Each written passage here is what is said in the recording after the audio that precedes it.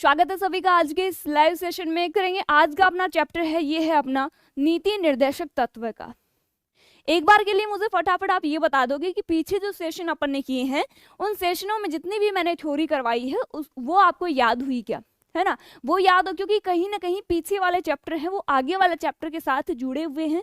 तो आपको देखिए, सीक्वेंस तो हर चीज में जरूरी होता है। अब अपन बात कर रहे हैं अपने संविधान की, तो इसमें क्या है, अनुच्छेद है, और अनुच्छेदों के लिए अपन 1 नंबर अनुच्छेद से स्टार्ट किया था और आज अपन पहुंचेंगे 51 नंबर तक। ठीक है, अब पहले आपको पीछे वाले याद नहीं रहेंगे तो आगे तो अपन पहुंचेंगे ही कैसे, है कि नहीं? आपको सबसे पहले तो पीछे वाले सेशन देखने हैं, नहीं देखे तो आपको। और आज का चैप्टर है अपना राज्य के नीति निर्देशक तत्व। एक बार फिर से आप सभी का बहुत बहुत स्वागत है आपके अपने प्लेटफॉर्म पर। वेरी गुड आफ्टरनून भाई ओम प्रकाश, अविनाश कुमार, स्वागत है आपका भी। विश्वेंद्र इंदोलिया, आपका भी बहुत बहुत स्वागत है। राम राम। चलिए अपन स्टार्ट करेंगे अपने सेशन को। और सबसे पहली बात, जब कोई भी टॉपिक अपन पढ़ते हैं, बहुत अच्छा रिवीजन करते हो, बहुत अच्छी बात है। देखिए, जब कोई भी अपन टॉपिक पढ़ते हैं तो पहली चीज तो यही है कि क्या भारत के संविधान में इसका उल्लेख किया गया है। तो जी हाँ, भारत के संविधान के भाग कौन से में है? ये तीसरे में अपन ने देखा था मौलिक अधिकार है, ये भाग 4 में नीति निर्देशक तत्वों का उल्लेख किया गया है, जो अनुच्छेद 36 से 51 तक है। जो बेसिक जानकारी होती है उस बेसिक जानकारी का सभी को पता होना चाहिए कि नीति निर्देशक तत्वों का उल्लेख आपके संविधान में कहाँ है और किस अनुच्छेद में है, किस भाग में है, नीति निर्देशक तत्व है वो है क्या। ठीक है, ओके, बहुत अच्छी बात है। ओम प्रकाश शुभ है, आपका भी स्वागत है। यादव, देखिए अब अपन बात करते हैं सबसे पहले 3 लाइनों की। वो 3 लाइन आपके सामान्य परिचय से संबंधित है और वो तीनों ही बहुत इंपॉर्टेंट है। पहली चीज तो ये है कि जिस नीति निर्देशक तत्व की अपन बात कर रहे हैं, क्या वो नीति निर्देशक तत्व है अपने भारत के संविधान में उल्लेखित है? तो जी हाँ, अपने नीति निर्देशक है तत्व जो है वो भारत के संविधान के भाग 4 में, क्योंकि पहला जो भाग देखा था उसमें अपन ने देखा था जैसे अनुच्छेद 1 था, जिसमें भारत जो कि इंडिया है, राज्यों का एक संघ है। ठीक है, ये भाग 1 में, अनुच्छेद 1 में उल्लेखित है। बहुत अच्छा, आपको जितनी जानकारी है वो कमेंट बॉक्स में जरूर लिखिए। जैसे महिमा ने लिखा है, नीति निर्देशक सिद्धांत जो हैं वो आयरलैंड के संविधान से लिए गए हैं। बिल्कुल, हेलो कविता। अब मैं बात करूंगी, सबसे पहला पॉइंट यही है कि किस भाग में उल्लेखित है। तो भाग 4 में अनुच्छेद 36 से 51, बहुत इजी प्रश्न है, सबको आना ही चाहिए। 36 से 51 अनुच्छेद में और भाग 4 में नीति निर्देशक सिद्धांतों का उल्लेख है वो किया गया है। नेक्स्ट प्रश्न की बात करूं, अगला है आपका, नीति निर्देशक तत्वों को भारत के संविधान में ग्रहण कहां से किया? आयरलैंड के संविधान से। कहीं ना कहीं आपको थोड़ा बहुत, यदि आपने थोड़ा सा भी डीपली कहीं पढ़ा है तो आपने देखा होगा कि नीति निर्देशक जो तत्व हैं उन पे 1935 के अधिनियम का भी प्रभाव देखने को मिलता है।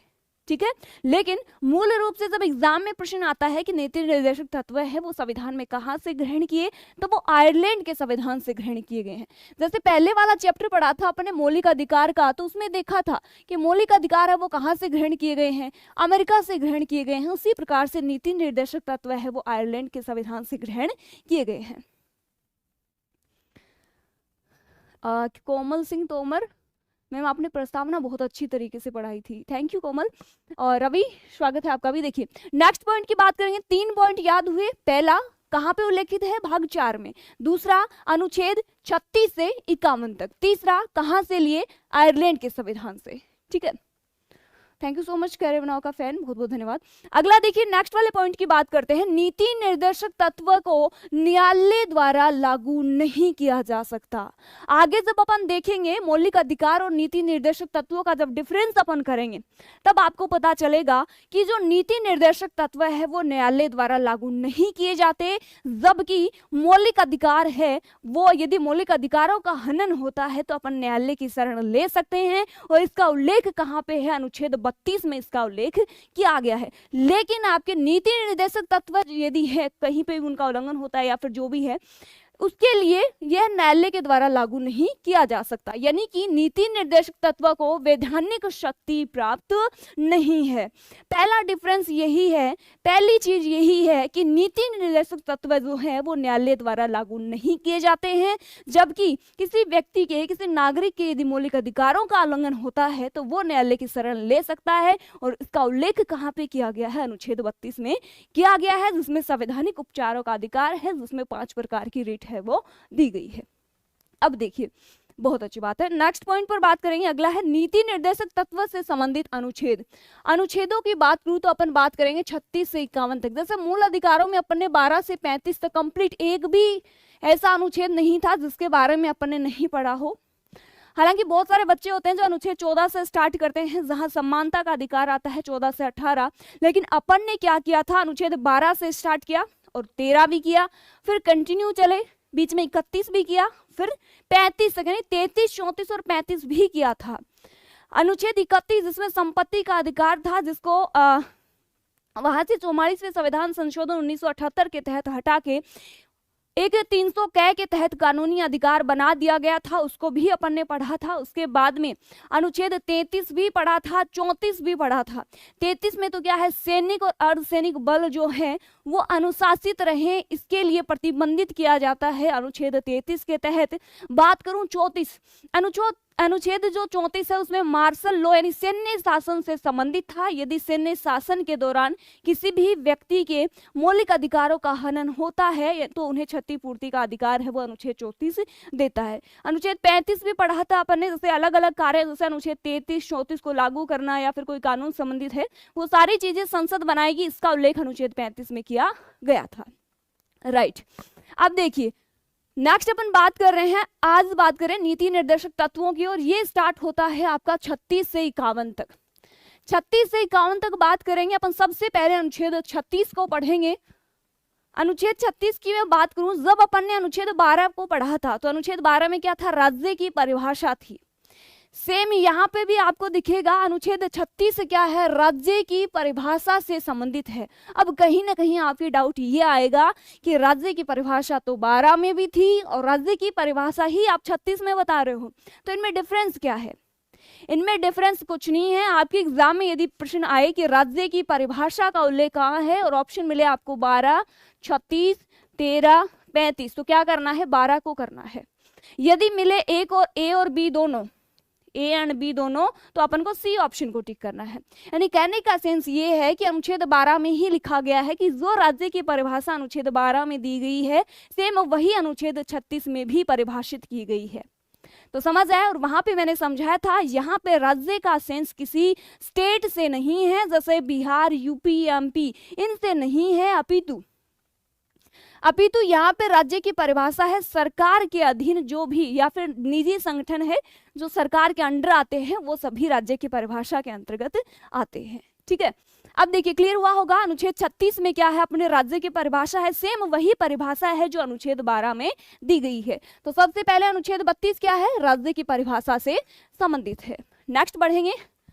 हाँ, अनुच्छेद 36 और 12 अच्छे से याद कर लो, दोनों के दोनों में राज्य की परिभाषा उल्लेखित की गई है। जबकि दूसरी तरफ देखिए अनुच्छेद 13 में मैंने क्या बताया था, ऐसा कोई भी कानून जो अपने मूल अधिकारों को असंगत या अपमानजनक घोषित करता है तो न्यायालय को यह अधिकार है कि वो ऐसे कानूनों को रद्द करे, असंवैधानिक घोषित करे या फिर शून्य घोषित करे।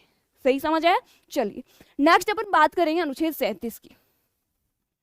अनुच्छेद 37 की यदि मैं बात करूं, में यह प्रावधान किया गया है कि नीति निर्देशक तत्व जो हैं वो किसी भी न्यायालय में वाद योग्य नहीं है। और यही एक बड़ा क्या है अंतर मौलिक अधिकार और नीति निर्देशक तत्वों में है कि मौलिक अधिकार वाद योग्य हैं जबकि नीति निर्देशक तत्व है वो वाद योग्य नहीं है। तो यहाँ पे ये उल्लेख किसमें किया गया है, अनुच्छेद 37 में किया गया है कि जो नीति निर्देशक तत्व है राज्य के वो न्यायालय में वाद योग्य नहीं है। लेकिन यह तत्व देश के प्रशासन का मूलभूत हिस्सा है, इसीलिए राज्य का कर्तव्य है कि वह इन्हें लागू करे। एक एक अनुच्छेद को बहुत ही शॉर्ट में और अच्छे से याद करना है। 36 में क्या बताया मैंने, राज्य की परिभाषा। 37 में मैंने क्या बताया कि नीति निर्देशक तत्व जो है वो वाद योग्य नहीं है। इसका उल्लेख क्या किया गया है, अनुच्छेद 37 में किया गया है। अगला 12 अनुच्छेद 36 एक ही है, राइट, बहुत अच्छा ओम प्रकाश। नेक्स्ट अपन बात करेंगे अनुच्छेद 38 की। 36 में राज्य की परिभाषा, 37 में क्या देखा अपन ने, 37 में देखा है कि नीति निर्देशक तत्व न्यायालय में वाद योग्य नहीं है। अगला बात करते हैं अनुच्छेद 38 की। अनुच्छेद 38 क्या कहता है कि राज्य ऐसी व्यवस्थाएं जिनसे सामाजिक, आर्थिक और राजनीतिक न्याय है वो मिलेगा, ऐसी व्यवस्था करेगा। और इसका उल्लेख क्या कहाँ पे किया गया है, अनुच्छेद 38 में किया गया है। अब छोटी सी बात मैं आपको पूछूंगी, विश्वेंद्र इंदौलिया, पीपीटी का सेंस ये नहीं है कि आप टीप के पढ़ा रहे हो, इसका सेंस ये नहीं होता। इसका सेंस ये है कि आप कम समय में ज्यादा मैटर पढ़ पाओगे, ठीक है। हाँ, पब्लिक में ऑफलाइन भी पढ़ाती थी, इस टाइम अभी कुछ थोड़ा सा मैंने ड्रॉप कर रखा है, ऑफलाइन को ज्यादा ध्यान मैंने ऑनलाइन की तरफ दे रखा है, ठीक है। चलिए अब मैं बात कर रही हूँ अनुच्छेद 38 की। मैं एक बात पूछूंगी आपसे, जिसने मेरी प्रस्तावना वाली वीडियो देखी थी उन सभी से मेरा क्वेश्चन ये है कि आपकी प्रस्तावना में भारत के नागरिकों को कितने प्रकार का न्याय प्रदान किया गया है, इसका आंसर आपको देना है। क्योंकि मैंने यहाँ पे बोला है अनुच्छेद 38 को, और अनुच्छेद 38 में यह प्रावधान है कि लोक कल्याण की वर्दी के लिए ऐसी व्यवस्था करेगा राज्य जिसमें सभी नागरिकों को सामाजिक, आर्थिक और राजनीतिक न्याय है वो मिलेगा।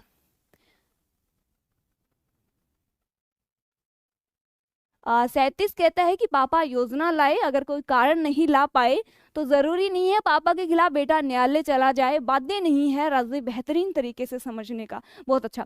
अब देखिए मैं बात करें 3 प्रकार की न्याय, बहुत अच्छा, शुभ और बबली दोनों का सही आंसर है।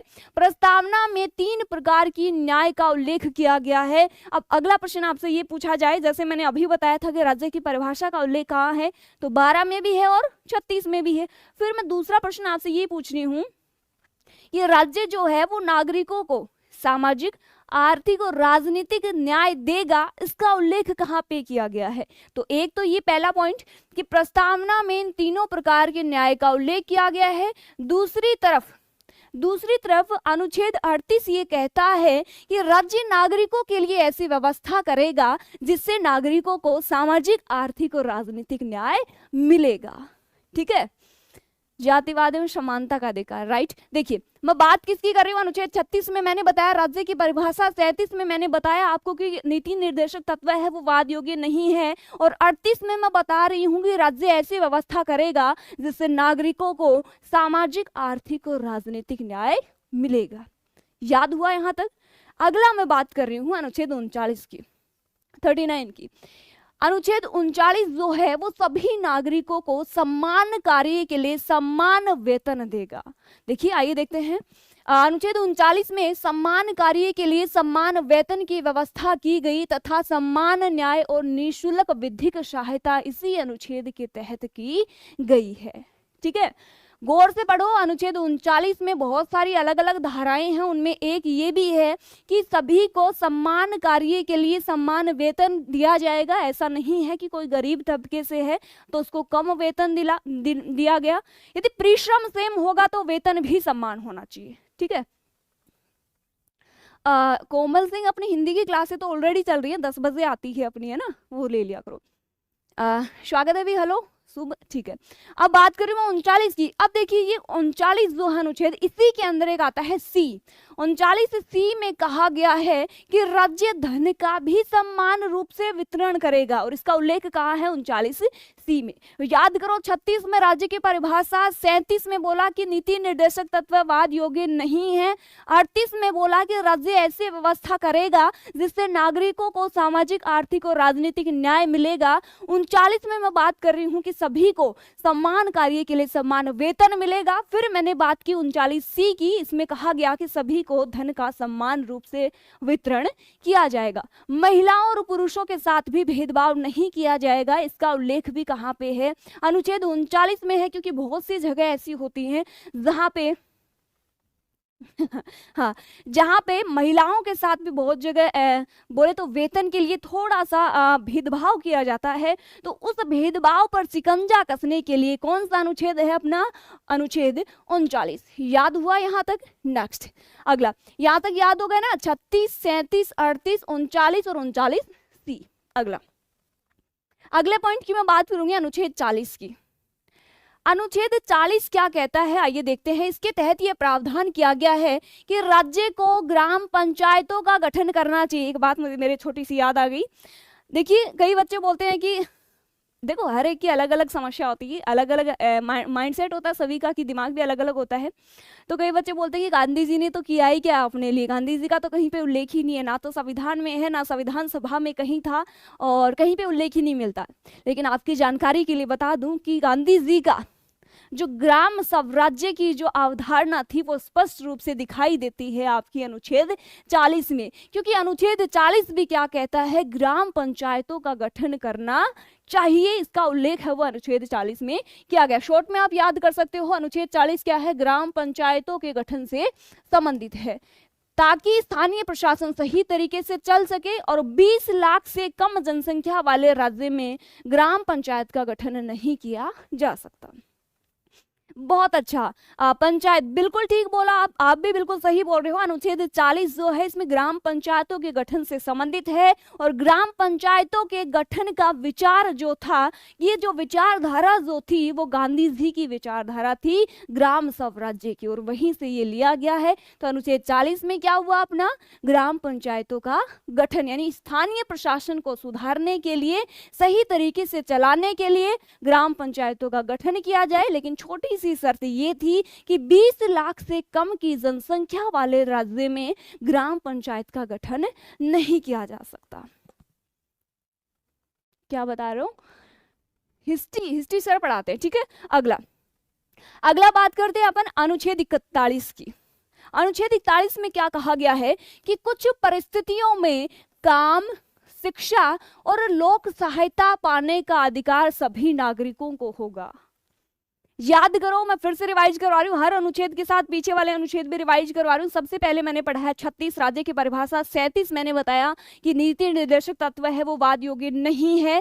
फिर मैंने बताया 38 में मैंने अभी आपको बताया था कि सम्मान कार्य के लिए समान वेतन। 39 अभी देखो अपने पीछे जो देखा था 38 वाला, 38 में क्या था? सामाजिक, आर्थिक और राजनीतिक न्याय। 39 में था सम्मान कार्य के लिए समान वेतन। 40 में क्या था? अभी मैंने आपको बताया था ग्राम पंचायतों का गठन। और 41 अपन देख रहे हैं, इसके अंदर क्या है? काम, शिक्षा और लोक सहायता पाने का अधिकार सभी नागरिकों का होगा। अब देखिए, बिल्कुल क्या बोलते हैं बबली कुमावत, देखो अपन को संविधान संशोधन वाला वैसे मैंने पीछे जिक्र कर दिया था, लेकिन एक बार फिर से आपके लिए रिवाइज करा देती हूँ। सबसे पहले आया था, बहुत सारे वाद थे, लेकिन उसके बाद एक वाद आया था केशवानंद भारती वाद। उसमें 24 अप्रैल 1973 को ये डिसीजन लिया गया था सुप्रीम कोर्ट के द्वारा कि बोले तो संसद है वो संविधान के ना केवल प्रस्तावना में अपितु संसद है वो संविधान के किसी भी भाग में संशोधन कर सकती है। ये कहाँ पे कहा गया था? केशवानंद भारती वाद में 1973 में कह दिया था। ठीक है, क्लियर हुआ? हाँ, बहुत अच्छा। लोकल सरकार को मजबूत करेगा, लोकल लेवल पर लोगों को शक्ति प्रदान करेगा। बहुत अच्छी। अनुच्छेद 41 क्या कहता है? काम, शिक्षा और लोक सहायता पाने का अधिकार सभी नागरिकों को होना चाहिए, और इसी अनुच्छेद के तहत सरकार है वो गरीबों को सामाजिक सहायता उपलब्ध करवाने के लिए विभिन्न प्रकार की पेंशन योजनाएं और अन्य योजनाएं शुरू कर रही है। वो किसके अकॉर्डिंग? अनुच्छेद 41 के अकॉर्डिंग।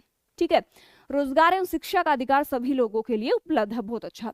हाँ, केशवानंद, देखो मैंने बहुत अच्छी तरीके से प्रस्तावना में आपको पढ़ाया था केशवानंद भारती वाला वाद। वो 13 न्यायाधीशों की एक बड़ी पीठ थी, और इसमें ये बोले तो सुनाया गया था फैसला कि संसद जो है वो संविधान के किसी भाग में संशोधन कर सकती है। बिल्कुल महिमा, इसमें बेरोजगारी जो आप बता रहे हो, बीमा, बेरोजगारी, बुढ़ापा जो भी है, विभिन्न प्रकार की पेंशन योजनाएं शुरू की जा रही हैं, वो किस में आती है? अनुच्छेद 41 के तहत आती है।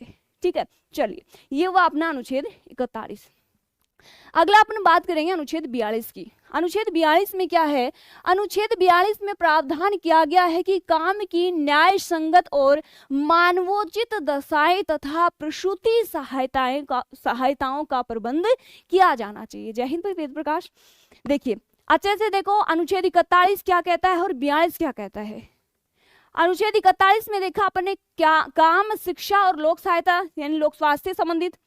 अनुच्छेद 42 क्या बोल रहा है? काम की न्याय संगत और मानवोचित दशाएं तथा महिलाओं के लिए प्रसूति संबंधी सहायता का भी प्रबंध कराया जाना चाहिए। ये कौन कहता है? अनुच्छेद आपका 42 कहता है। अनुच्छेद 42 से मुझे एक छोटा सा संविधान संशोधन याद आ रहा है। संविधान संशोधन 42वां संविधान संशोधन 1976 में होता है और उसी के तहत अपनी प्रस्तावना में 3 शब्द जोड़े गए थे। कौन कौन से? समाजवादी, पंथ निरपेक्षता और अखंडता। ठीक है, बहुत अच्छी बात है जेलेस की। अब देखिए मैं बात किसकी कर रही हूँ? अनुच्छेद 42 में क्या कहा गया है? काम की न्याय संगत और मानवोचित दशाएं सभी नागरिकों को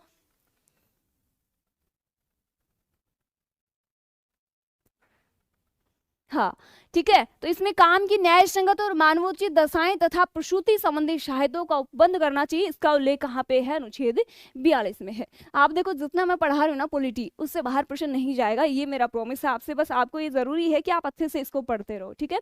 और देखो ज्यादा अपन डीप जाएंगे तो देखो वैसे बात करूँ तो वो नेट जानते हो कि आप, नेट होता है जैसे अपन किसी सब्जेक्ट विशेष से जब अपन जैसे कोई बोले तो एमए करो, एमएससी करो, उसके बाद में अपन जब नेट करते हैं ना तो उस चीज पे पीएचडी जब करनी होती है तब अपन ज्यादा डीप जाते हैं। और अपन को अभी अपना टारगेट है एग्जाम को क्रैक करना, तो अपना एग्जाम करें कितने में कर पाएंगे और यहीं से अपने बार बार प्रश्न आते हैं, ठीक है। तो कोई बात नहीं, बाकी बहुत अच्छी बात है कि आप डीप भी पढ़ा हुआ आपका, बहुत अच्छी बात है। देखिए अगला आपका आता है अनुच्छेद 43। अनुच्छेद 43 के तहत ये प्रावधान किया गया है कि कर्मकारों के लिए निर्वाचन मजदूरी और कुटीर उद्योगों को प्रोत्साहन देना चाहिए। अनुच्छेद 43 क्या कहता है? पहली चीज निर्वाचन मजदूरी, दूसरी चीज कुटीर उद्योगों को प्रोत्साहन देना चाहिए। इसका उल्लेख कहाँ पे किया गया है? अनुच्छेद 43 में किया गया है। अगला देखिए नेक्स्ट बात करेंगे अनुच्छेद 43A। ये भी इसी का एक भाग है 43A, और इसमें क्या है? उद्योगों के प्रबंध में श्रमिकों की भागीदारी तय की जानी चाहिए कि श्रमिक है वो कितना परसेंटेज है वो अपने बोले तो जहां काम कर रहे हैं उसमें हिस्सा रखते हैं। फिर से याद करो अनुच्छेद 43 क्या है? कर्मकारों के लिए निर्वाचन मजदूरी और कुटीर उद्योगों को प्रोत्साहन देना चाहिए। इसका उल्लेख अनुच्छेद 43 में है। फिर बात करते हैं 43A में। 43A में क्या है? उद्योगों के प्रबंध में श्रमिकों की जो भागीदारी है उसको पहले से निश्चित करना चाहिए, तय करना चाहिए, ठीक है। इसका उल्लेख आपका 43A में है। अगला मैं बात करूंगी अनुच्छेद 44 की। देखो आपको यदि एक्स्ट्रा में जानकारी रहती है तो आप जरूर कमेंट करके बताइएगा। ग्रामों में कुटीर उद्योगों को बढ़ाने का प्रयास किया गया है अनुच्छेद 43 में, बहुत अच्छा महिमा। अगला नेक्स्ट में बात कर रही हूँ अनुच्छेद 44 की। अनुच्छेद 44 के तहत ये प्रावधान किया गया कि सभी नागरिकों के लिए समान नागरिक संहिता, समान सिविल संहिता लागू की जानी चाहिए। देखो जैसे अपन बात करें 36, 37, 38, 39, 40, 41, 42, 43 और 44। जैसे मैं 44 की बात करूं, 44 को यदि एक लाइन में याद करो तो आप यूं याद कर सकते हो, समान नागरिक संहिता किससे संबंधित है? अनुच्छेद 44 से।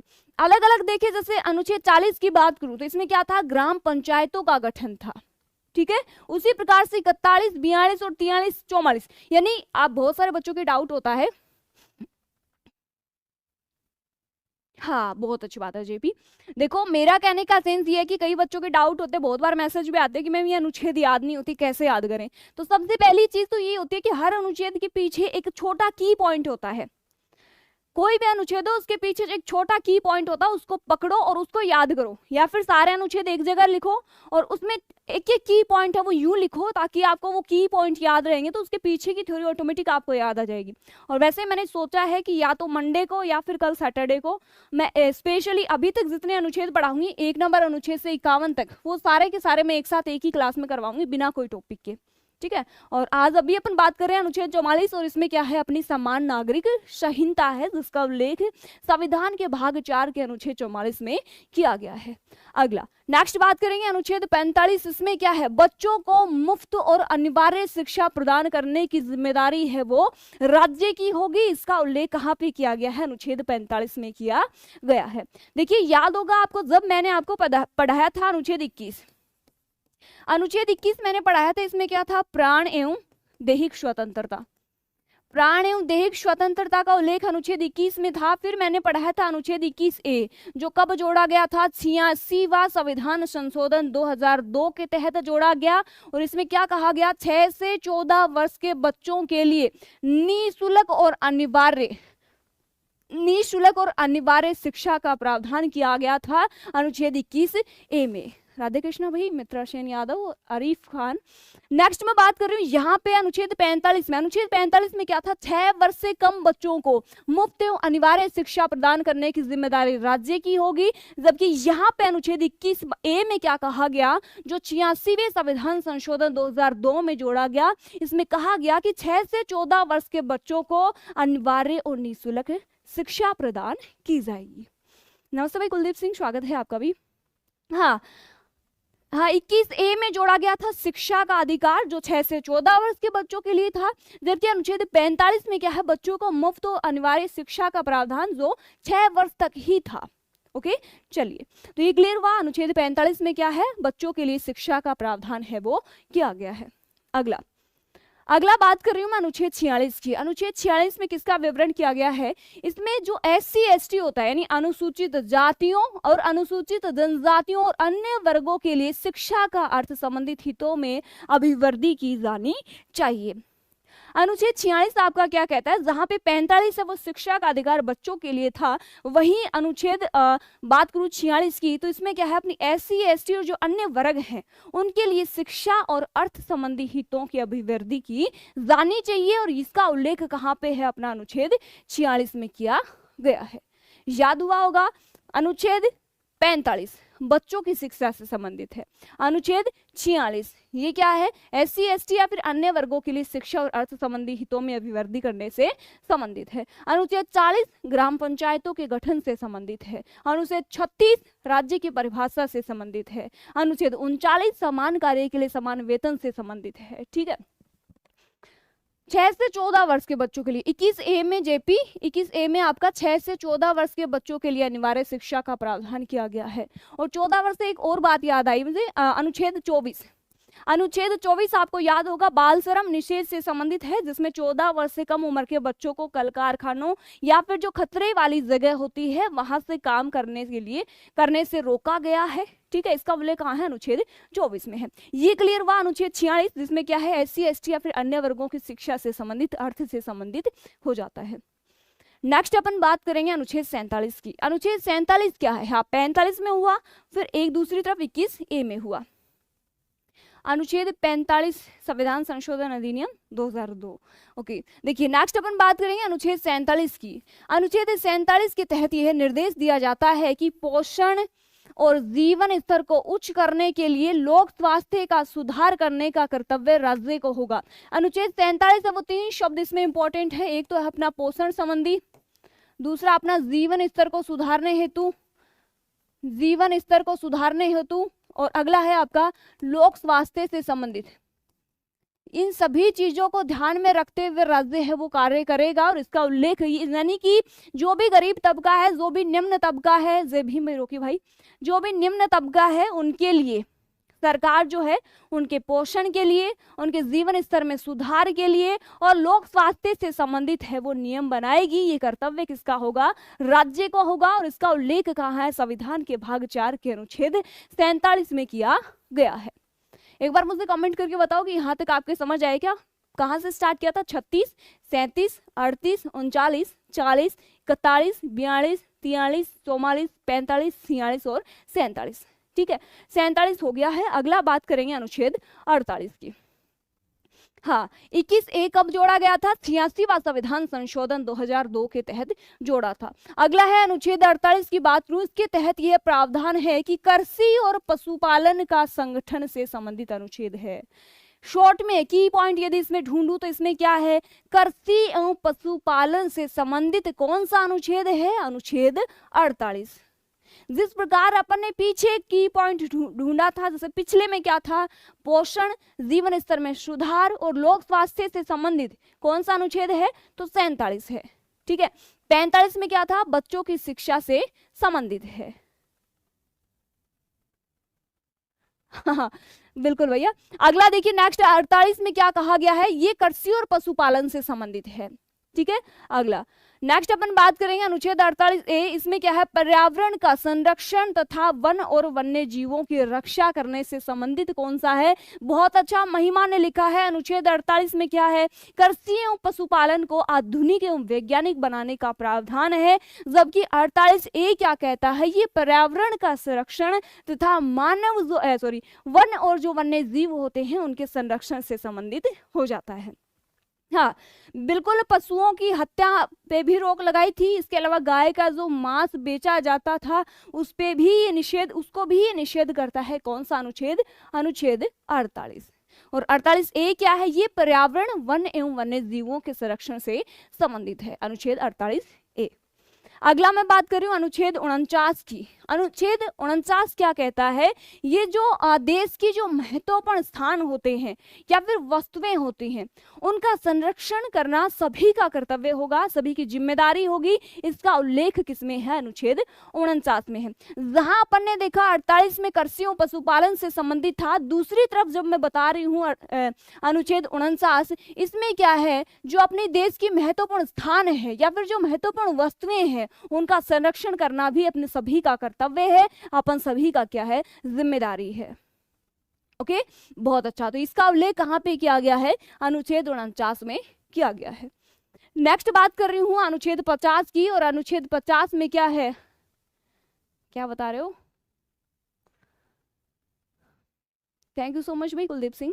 नेक्स्ट मैं बात कर रही हूँ अनुच्छेद 50 की। अनुच्छेद 50 से ये सुनिश्चित किया गया कि कार्यपालिका और न्यायपालिका दोनों का अलग अलग कार्य होगा और इन दोनों को अलग अलग करता है आपका अनुच्छेद 50। बहुत सारे मामलों में इससे पहले भी बहुत सारे वाद आए थे अपने सामने, जिनमें अपन में देखा था कि कार्यपालिका और न्यायपालिका इन दोनों में कार्य की भिड़ंत होती है, तो इन दोनों की कार्य सीमा को अलग अलग करता है आपका अनुच्छेद 50। हाँ बहुत अच्छी बात है, बिल्कुल राइट बात है। देखो मेरा तो ये कहना है कि आपकी एग्जाम में यदि नहीं भी आता है ना संविधान, तो भी आपको पढ़ना चाहिए, क्योंकि आपको अपने अधिकारों का पता चलेगा। हाँ अब देखिए अनुच्छेद 50 में क्या है, ये कार्यपालिका और न्यायपालिका है, उनको दोनों को अलग अलग करेगी, उनके कार्यों को अलग अलग करेगी और यह एक दूसरे पर निर्भर नहीं रहेंगे। इसका उल्लेख कहाँ पे किया गया है, संविधान के अनुच्छेद 50 में किया गया है। जीव जंतुओं की रक्षा वाला आया अपना, देखिए पीछे अभी आया था ये, इसके नीचे लिखा हुआ था अनुच्छेद 48A, क्योंकि 48 में तो क्या था, कृषि एवं पशुपालन से संबंधित था, जबकि 48A में क्या है, पर्यावरण का संरक्षण, वन एवं वन्य जीवों का संरक्षण यानी रक्षा करना।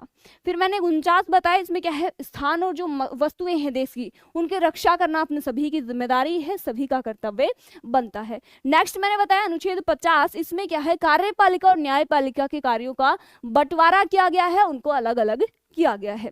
और अब अपना आता है अंतिम अनुच्छेद 51। अपना अनुच्छेद 51 है, विदेश नीति से भी संबंधित है। इसके अलावा बात करूं अनुच्छेद 51 की, तो यह प्रावधान इसमें किया गया है कि अंतर्राष्ट्रीय शांति और सुरक्षा को बनाए रखने का कार्य करना चाहिए, और इसका उल्लेख कहाँ पे किया गया है, अनुच्छेद 51 में किया गया है। बहुत अच्छा अनुच्छेद है, कई बार एग्जाम में पूछ लिया जाता है। हाँ 51 का प्रयोग मोदी जी भरपूर बिल्कुल कर रहे हैं। देखिए अनुच्छेद 51 में क्या है, अंतर्राष्ट्रीय शांति और सुरक्षा को बनाए रखने का कार्य है। इसके अलावा अनुच्छेद 51 में ही विदेश नीति से संबंधित भी है। ठीक है, थैंक यू भी कुलदीप सिंह। देखो मैंने तो, मेरी लाइफ का एक ही गोल है कि मैं जो भी करूंगी ना, मतलब स्टूडेंट के लिए करूंगी, इसके अलावा अदर मैं कोई कार्य नहीं कर रही हूँ। बस मेरा टारगेट ये है कि मैं जो भी पढ़ाऊँ वो आपके एग्जाम में पूछा जाए, बस यही है। अब देखिए ये क्या हुआ अपना अनुच्छेद 51। यदि आप बोलोगे तो एक बार पीछे वाले सारे रिवाइज भी करवा दूंगी अनुच्छेद। इसके अलावा अपन देख लेते हैं, आपके बहुत बार डाउट रहता है कि मौलिक अधिकार और नीति निर्देशक तत्वों में कोई अंतर है या फिर सेम ही है, और यदि सेम है तो इनको एक साथ क्यों नहीं रखा, और यदि अलग है तो इनमें अंतर क्या है। पहली चीज तो ये है कि मौलिक अधिकार जो है अपने संविधान के भाग 3 में है, जो अनुच्छेद 12 से 35 तक है, जबकि दूसरी तरफ बात करूं नीति निर्देशक तत्वों की जो भाग 4 में है, और बात करूं अनुच्छेद की तो 36 से 51 तक है। ये जो है ये अपने अमेरिका के संविधान से ग्रहण किए गए हैं, जबकि नीति निर्देशक तत्व है वो आयरलैंड के संविधान से ग्रहण किए गए हैं। ये तो बहुत नॉर्मल सा अंतर है जो सभी को आता है। अब अपन बात करेंगे एक एक अंतर के। हाँ, अब देखिए मैं बात कर रही हूँ सबसे पहला अंतर कि मौलिक अधिकारों को अमेरिका के संविधान से लिया गया है, जबकि नीति निर्देशक तत्वों के प्रावधान को भारत के संविधान में आयरलैंड के संविधान से ग्रहण किया गया है। नेक्स्ट मैं बात कर रही हूँ, अगला कोई बात नहीं, नेक्स्ट मैं बात कर रही हूँ मौलिक अधिकारों का वर्णन भारत के संविधान में भाग 3 में किया है, जबकि नीति निर्देशक तत्वों का उल्लेख है वो भाग 4 में किया गया है। नेक्स्ट बात करूं अगर मौलिक अधिकारों का हनन होता है या लागू नहीं होते हैं तो हम इसके लिए न्यायालय में जा सकते हैं, और न्यायालय में किस अनुच्छेद के तहत जा सकते हैं, वो अनुच्छेद है आपका 32, जिसमें संवैधानिक उपचारों का अधिकार दिया गया है, और उसी के तहत यदि अपने मौलिक अधिकारों का हनन होता है तो अपन न्यायालय में जा सकते हैं। नेक्स्ट मैं बात करूं क्या नीति निर्देशक तत्व का यदि इसके तहत भी क्या अपन न्यायालय में जा सकते हैं, तो नहीं। देखिए नीति निर्देशक तत्व को लागू करवाने के लिए हम न्यायालय की शरण में नहीं जा सकते हैं, ऐसा कोई प्रावधान अपने भारत के संविधान में नहीं किया गया है। अगला देखिए यह सिर्फ राज्य पर निर्भर करता है कि वह लागू करे या ना करे। बाकी यदि मेरे से पूछा जाए तो नीति निर्देशक तत्वों में बहुत अच्छी अच्छी चीजें हैं, बहुत अच्छे अच्छे वहां पे प्रावधान किए गए हैं, सभी अपने भारतीय संविधान को मजबूत करने वाले प्रावधान रखे गए हैं। तो जरूर इनको भी जिस प्रकार से न्यायालय में मौलिक अधिकारों का हनन होने पे जाते हैं, उसी प्रकार इनके लिए भी ऐसा प्रावधान किया जाना चाहिए। बिल्कुल बादम सिंह, राम राम। नेक्स्ट बात करती हूँ मौलिक अधिकारों का उद्देश्य है व्यक्ति के अधिकारों का हनन होने से बचाना, जबकि नीति निर्देशक तत्वों का उद्देश्य यह है कि समाज है वो लोक कल्याणकारी हो और समाज की भलाई हो। क्योंकि नीति निर्देशक तत्वों को जब अपन पढ़ते हैं तो ये क्या है, ये एक लोक कल्याणकारी राज्य की अवधारणा है, जिसका सीधा उद्देश्य यह है कि मतलब अपन राज्य को किस प्रकार से और कल्याणकारी बना सकते हैं और समाज की किस प्रकार से भलाई हो सकती है। कोमल सिंह बोल रहे हैं मैम आप अच्छी हो बट आपका पढ़ाने का तरीका और भी अच्छा है।